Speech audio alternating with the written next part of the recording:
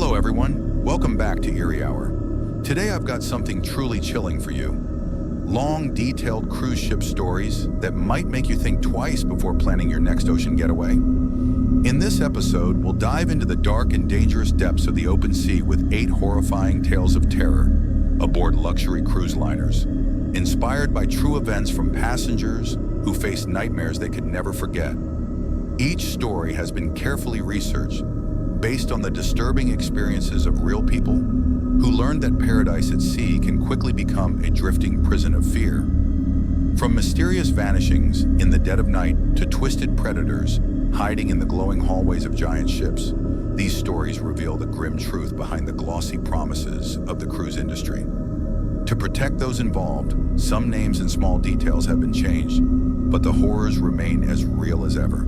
If you're new here, don't forget to subscribe to Eerie Hour for daily true horror stories that'll make you second-guess every vacation plan. Hit that bell so you never miss when the darkness comes calling. Because out here on these waters, things run far deeper and far darker than they appear. The cruise ship left the harbor beneath the bright summer sun, its decks alive with laughter and excitement as passengers began their journey across the open sea. Among the thousands of guests was a young couple, Anna and Jeff, who had been waiting for this trip for years.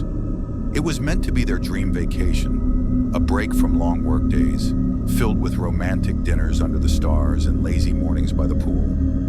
But from the moment they stepped aboard the majestic Voyager, something felt off. The ship was enormous, its white and navy blue hull glistening in the light, and its halls covered in marble floors, sparkling chandeliers, and tall windows that showed endless waves.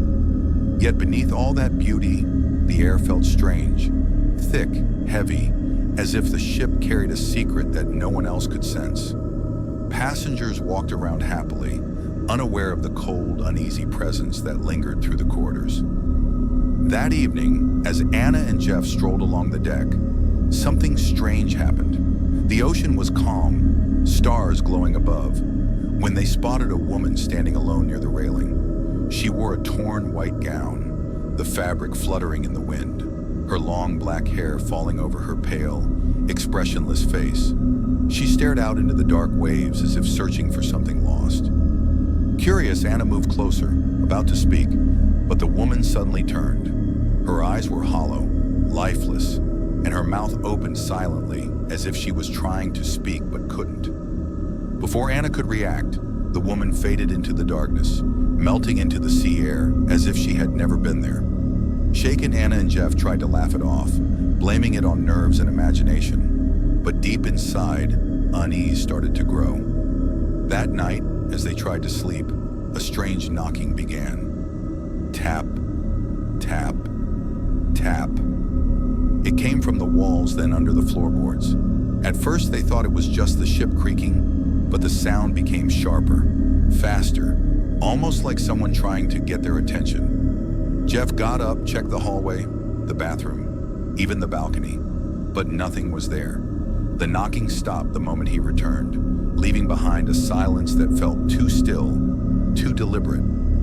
Over the next few days, more strange things followed. The other passengers seemed happy, distracted by the fun of the cruise. But for Anna and Jeff, every night brought new noises, louder knocking, strange whispers, cold air that brushed against their skin. Sometimes Anna woke in the dark and swore she could feel someone standing in the corner, just watching. When she looked, there was no one, only shadows that didn't seem to belong. A few nights later, the ship passed through a storm.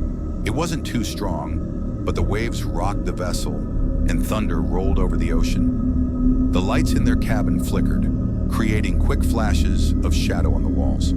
The knocking came again, louder than ever. Then came whispering, soft, eerie words in a language they couldn't understand. Terrified, they ran to the reception desk, hoping someone could explain. The woman behind the counter, older with cold eyes, only gave a strange smile and said, "It's the ship's old story. Dear happens to new guests sometimes. Don't worry, it'll pass." Before they could ask anything else, her face went blank, and she waved them away. That night, as the storm raged, the sounds grew unbearable. The knocking pounded like fists, and the whispers turned to cries. Anna sat in bed, trembling, when something moved across the room, a dark figure. It was her, the woman in the white gown. Only now her dress was dripping with seawater, and her skin had turned grayish and cold-looking, like she had drowned long ago. She stood by the corner, pointing toward the window, her mouth open in silence, her eyes filled with horror. Anna couldn't move. The air in the cabin grew icy, her breath coming out in fog. Then the woman's body began to twist, her face stretching into a scream so silent it made the room shake. Shadows crawled up the walls and the sound of rushing waves filled their ears. Then, nothing. The woman vanished, and all was quiet again. The next morning, pale and shaking, Anna and Jeff went to find the captain. He listened quietly, his weathered face serious. Finally, he told them the truth. Her name was Sarah. She had been one of the ship's first passengers many years ago, and one night she vanished. No one ever found her body. The captain said some believed she fell overboard, but others thought something far worse had taken her. The ship had a history, he admitted. Stories of passengers who disappeared without reason, crew members who swore they saw shapes in the fog, or felt unseen hands brushing past them. Some said the ship was haunted by those lost to the sea. Others believed something darker lived beneath the waves, feeding on fear. After that talk, Anna and Jeff tried to ignore the strange events, but the knocking continued every night, sometimes joined by faint sobbing or whispers outside their door. And every night, the pale woman reappeared for just a moment, always silent, always pointing toward the ocean. When the cruise finally ended, the ship docked without trouble, and they disembarked, but neither of them felt relief. Even back home, the sound followed them, soft knocking against their walls late at night, a chill in the air when no windows were open. Sometimes Anna would wake to faint whispers calling her name, and when she closed her eyes, she could still see that woman standing on the deck, her gaze fixed on the endless sea, waiting for someone to finally listen. Next story. It was a quiet night. The sea spread endlessly around the luxury cruise ship, the Neptune's glory. Everything seemed perfect. The guests sipped cocktails by the pool, music played softly, and laughter floated in the breeze. Yet beneath the joy, there was something wrong. A cold uneasiness hung in the air, something that couldn't be explained. The ship had left Miami days ago, and at first all seemed fine. Then strange things started happening. People began hearing faint whispers in the hallways, soft enough to doubt they were real crew members, usually cheerful, started avoiding eye contact, speaking in hushed tones. Some entertainment shows were suddenly canceled, and the captain stopped appearing in public altogether. On the fourth night, a few passengers gathered in the lounge after dinner. They had heard rumors of weird events on past trips, but thought they were just stories. One man, Daniel, spoke up. He said he had found a door left open on the upper deck, one that led to the ship's lower maintenance areas, where guests weren't allowed. Out of curiosity, he went inside. The hallway was dim and quiet. Then he heard something, crying, a woman's voice, soft and distant. When he checked the rooms, they were empty. No sound, no people, just darkness. The group went silent, unsure if they should laugh or be afraid. When the waiter serving them suddenly dropped his tray, his hands shaking, the laughter stopped completely. Later that night, fog surrounded the ship so thick it swallowed the stars. The loudspeakers crackled, but the voice that came through didn't sound normal. It was the captain, distorted, echoing, like he was speaking underwater. "I think we're lost," whispered a woman named Margaret. "We're in the Bermuda Triangle." The others tried to joke, but their smiles faded fast.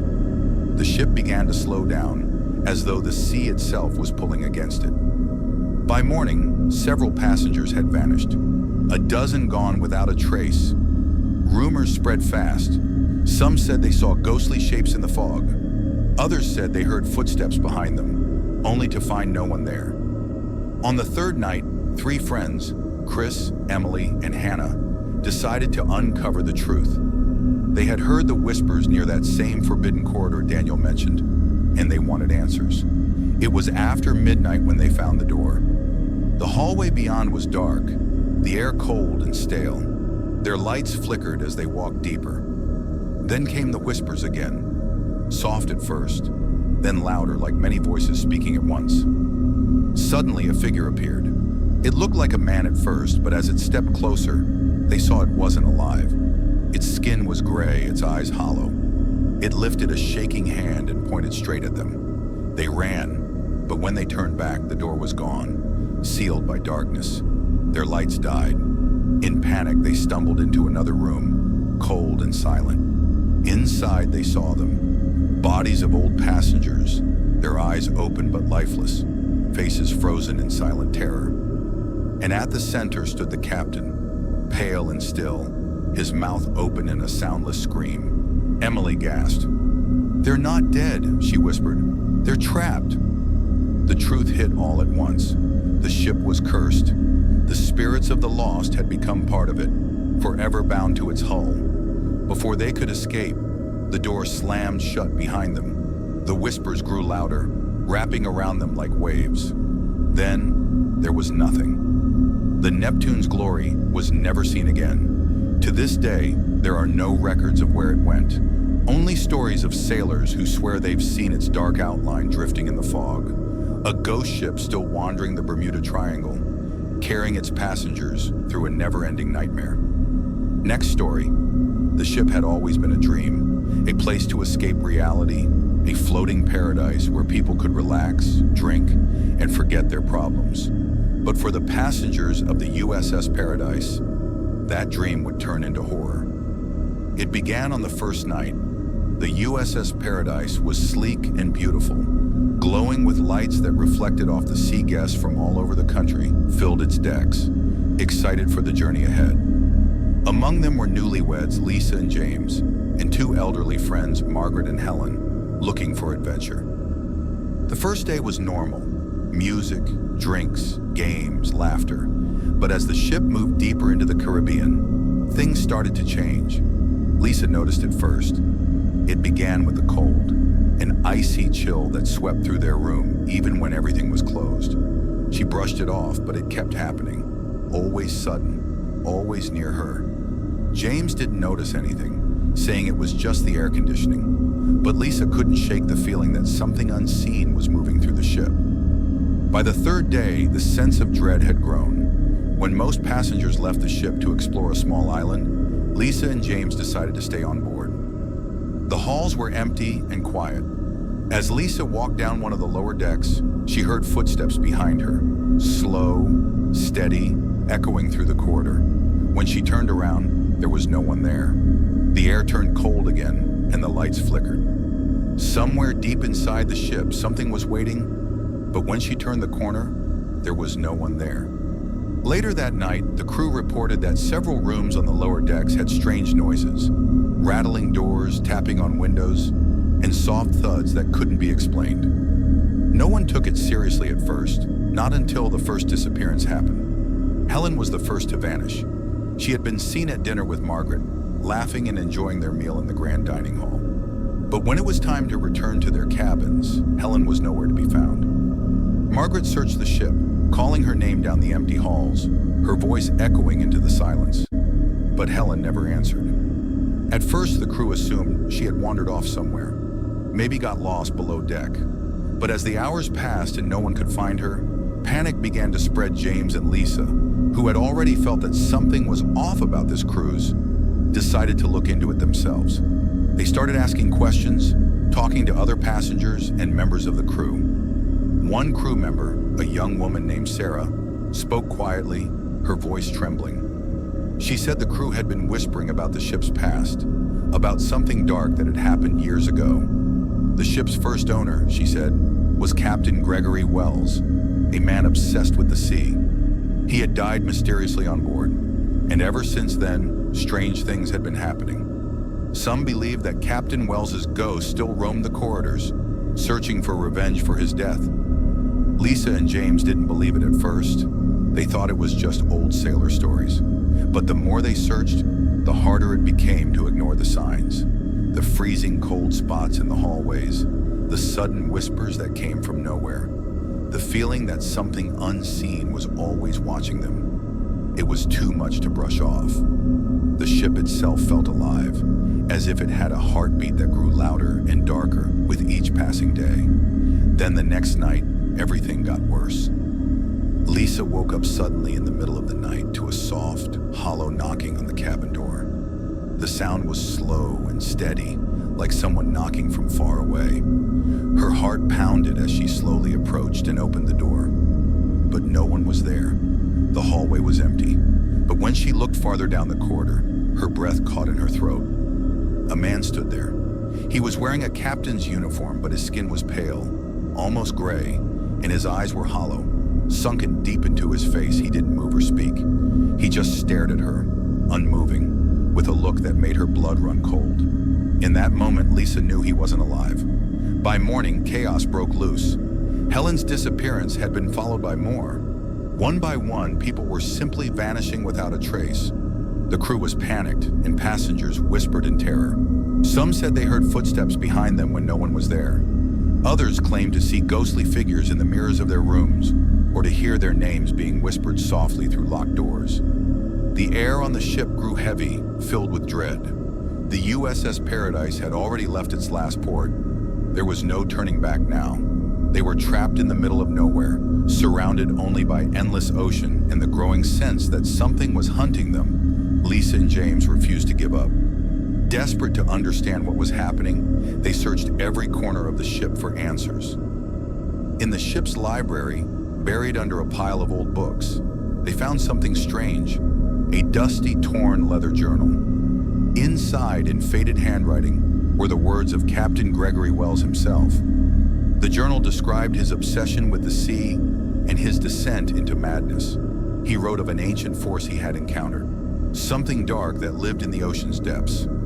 In his fear, he had tried to make peace with it, but instead he had cursed his ship and everyone who sailed on it. Lisa and James read in silence as the truth dawned on them. The ship wasn't haunted just by the spirit of Captain Wells. It was cursed by the very sea itself. The USS Paradise was a doomed vessel, caught between the living and the dead. When the final night came, the passengers were no longer the cheerful vacationers who had boarded days ago. They were frightened survivors, clinging to one last hope of escape. Lisa and James gathered the few who were still alive and pleaded with the crew to abandon ship. But it was too late. The ship's presence was stronger than ever, its walls groaning like it was alive. One by one, the last of the passengers disappeared until only Lisa and James remained, their names forever tied to the ship's dark legend. When rescue finally arrived, they found the USS Paradise drifting aimlessly across calm waters. The decks were empty, the lights still on, but no one was left. The ship had been missing from radar for days, and the authorities could find no explanation. The story spread across the world, but those who dared to speak of it always mentioned one last terrifying detail: the faint sound of footsteps echoing down the empty halls. The next story begins with the Golden Horizon, a grand luxury cruise ship known for its elegance and beauty. Every year it sailed from Miami to the Caribbean, carrying hundreds of happy passengers. This voyage was no different. The decks were bright, the music lively, and everyone seemed ready for a perfect week at sea. Among them was an older man named Richard, quiet and kind, in his mid-60s. He had lost his wife Martha 2 years ago, and the sea had become his only comfort. Every cruise reminded him of her, the smell of salt in the air, the endless blue water, the sunsets they used to watch together. This was where he felt closest to her. But this trip felt different. From the moment he boarded, he could feel something strange. The ship was stunning, yet too quiet. The crew smiled, but their eyes looked tired, almost haunted. The passengers laughed, but their cheerfulness felt forced, like they were pretending to enjoy themselves. Richard tried to ignore the uneasy feeling in his chest. He told himself it was just grief playing tricks on him. On the third night, he was eating dinner alone in the elegant dining hall when he noticed a woman across the room. She was wearing an old-fashioned 1920s dress, her hair pinned neatly, her red lips curling into a soft smile. Her eyes met his. She raised her hand, beckoning him to come closer, but when he blinked, she was gone. The seat was empty. Richard stared, confused. Maybe it was his mind, he thought. Maybe he was just tired. Later that night, he went to the ship's observation deck to clear his head. The air was cool, and the stars hung low over the water. Usually that sight brought him peace, but not tonight. The stars looked dimmer, the ocean darker. He was completely alone. At least he thought he was, until he heard footsteps behind him. He spun around, no one. Then from the darkness, a whisper drifted through the air. "Richard?" It was faint but unmistakable. It sounded like his wife's voice. His chest tightened. "Martha?" he called softly. No answer, just the wind. He took a hesitant step forward. Then he heard it again, closer this time. "Richard, come to me." He froze, eyes darting across the shadows, but the deck was empty. The cold air bit into his skin as fear settled deep inside him. That night, the knocking began. It started soft, like someone gently tapping on his cabin wall. Tap, tap, tap. He ignored it at first, thinking it was the ship creaking, but the knocking grew louder, harder, more desperate. It came from everywhere. The ceiling, the floor, the walls. He pressed his hands over his ears, but it wouldn't stop. Finally, he leapt out of bed and opened the door. The hallway was empty. The lights above flickered faintly. Still, the knocking continued, echoing down the corridor. Richard followed the sound, his footsteps echoing through the silent halls. It led him deeper into the ship, into the lower decks that passengers weren't supposed to enter. The air grew cold and damp, the walls narrow and rusted. At the end of a dim passage, he found a small door slightly open. The knocking came from inside. Trembling, he reached out and pushed it open. A rush of cold air hit his face, carrying the smell of decay. Inside the room, the lights flickered weakly. The space was filled with dust, broken furniture, and portraits of people from another time. And in the corner stood the woman in the 1920s dress. Her smile was gone. Her eyes were empty, filled with pain. Her skin was pale, grayish, lifeless. In her trembling hands, she held a bundle wrapped in torn cloth. Her lips quivered as she spoke. "Help me!" Richard's blood ran cold.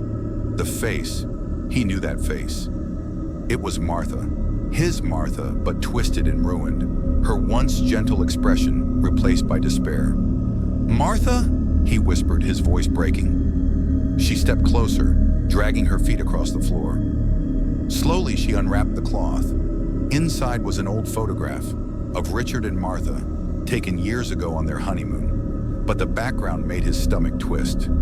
They were standing beside the same ship, the Golden Horizon. The woman's mouth opened, but instead of words, a deep, guttural sound poured out, echoing through the room like a cry from the depths of the ocean. The lights flickered violently, the ship groaned, and Richard was thrown to the floor as the walls shuddered. The knocking returned, louder than ever, surrounding him from every direction, as if the ship itself was alive, hungry, demanding something from him. Then everything went black. When Richard woke up, he found himself back in his cabin, drenched in sweat. His heart was pounding fast, and for a few seconds, he couldn't tell if what he had seen before was just a nightmare. But then his eyes fell on the bed beside him, and his blood froze. There, tucked beneath his pillow, was Martha's photograph. The ship was no longer moving. The Golden Horizon had docked at an empty port. The crew had vanished without a trace. Richard was completely alone on board, a floating tomb filled with echoes of the past. And somewhere, the woman in the 1920s dress was still there, silently watching, waiting for the next passenger to arrive. The next story begins with the Celtic Spirit, a famous cruise ship that sailed the eastern coast of the United States. It was a gleaming modern masterpiece of the sea, recently rebuilt and advertised as one of the most luxurious ships to ever set sail.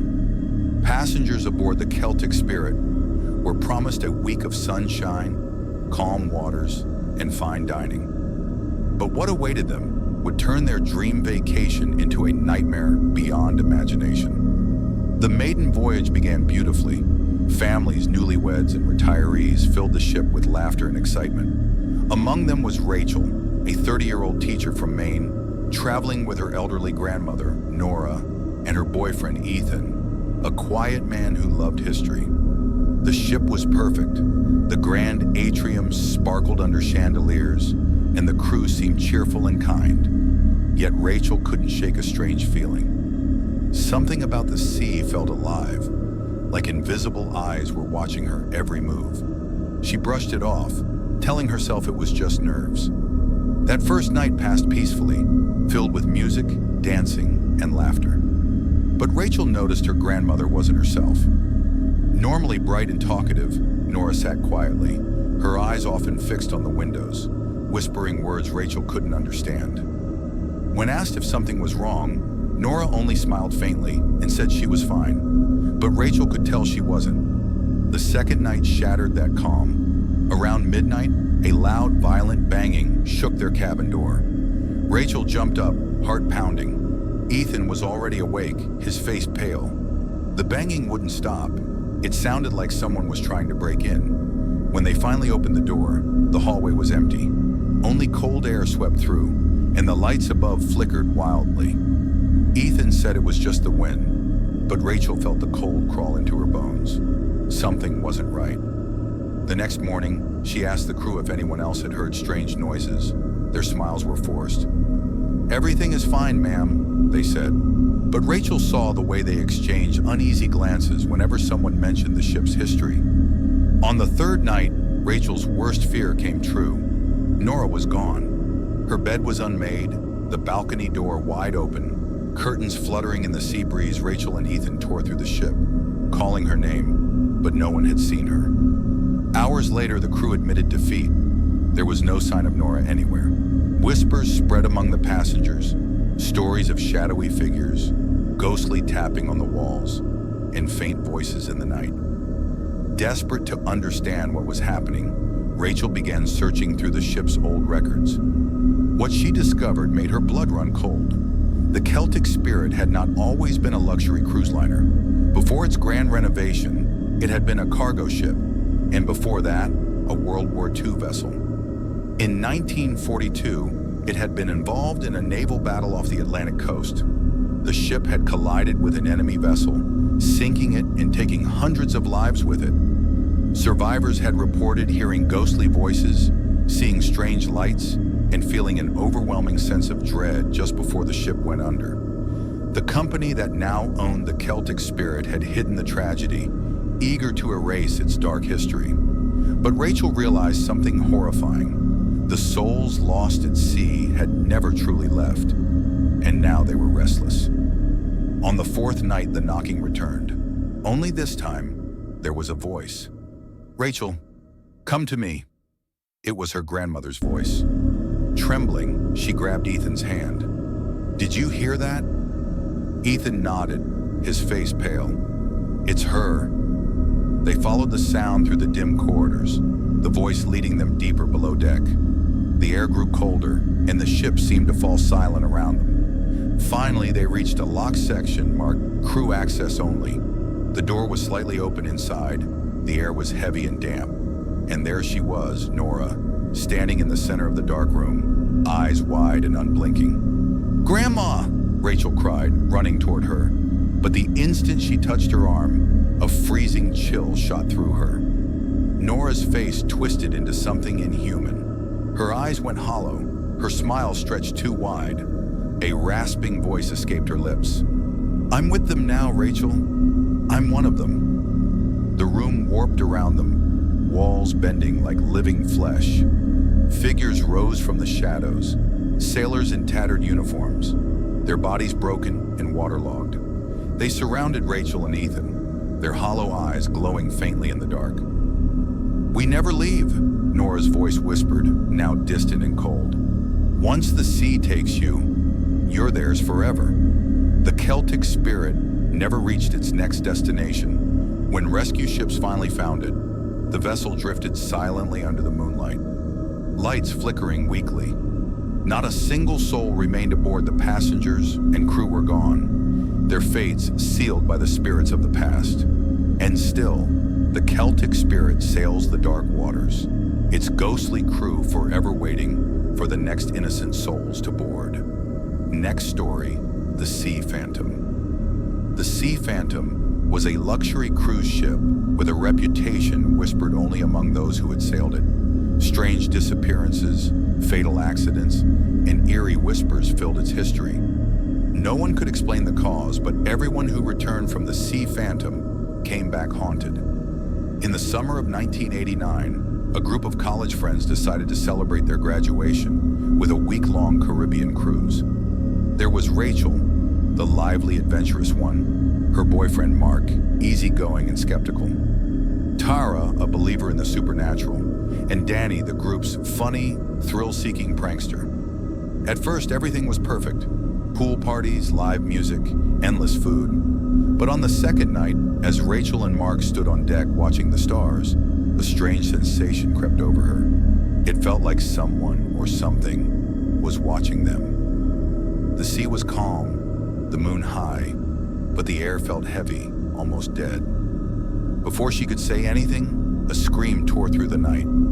It wasn't the kind of scream that came from excitement. It was pure terror. The sound came from deep inside the ship, echoing through the corridors. The friends rushed to the lobby where passengers gathered in confusion. Crew members insisted it was just a mechanical noise, but their uneasy eyes said otherwise. Later, the group decided to explore the lower decks. Tara led the way, flashlight in hand. The air was cold and still, and as they moved deeper, the walls seemed to close in. They reached a locked door labeled Crew Quarters, authorized personnel only. Rachel tried the handle, and to their shock, it opened. Inside was a long, narrow hallway. The walls were lined with strange, faded symbols, and the air smelled of rust and decay. Then came the scream again, closer this time. Rachel ran toward it. At the end of the hallway stood a man, gaunt, pale, his eyes wide with terror. "Help me," he whispered hoarsely. Before anyone could move, his body convulsed, bones cracking, skin melting away until he collapsed into a pile of ash. Danny stumbled back in horror. "What the hell was that?" he gasped. Tara's voice trembled. "That wasn't human." The hallway suddenly began to shift, the walls stretching, twisting into endless darkness. Voices whispered from every direction. The lights flickered and the man's twisted shape appeared again. "You shouldn't have come here," he hissed. Panic erupted. They ran, but the ship seemed alive, trapping them in its maze. The whispers grew louder until the sound became unbearable. Screams echoing, shadows writhing, darkness closing in. Weeks later, the Sea Phantom was found drifting silently. No passengers, no crew, no trace of the missing friends. Authorities searched the ocean, but the ship vanished without a trace. Some say it still sails the horizon, a phantom vessel carrying the lost souls of those who dared to uncover its secrets.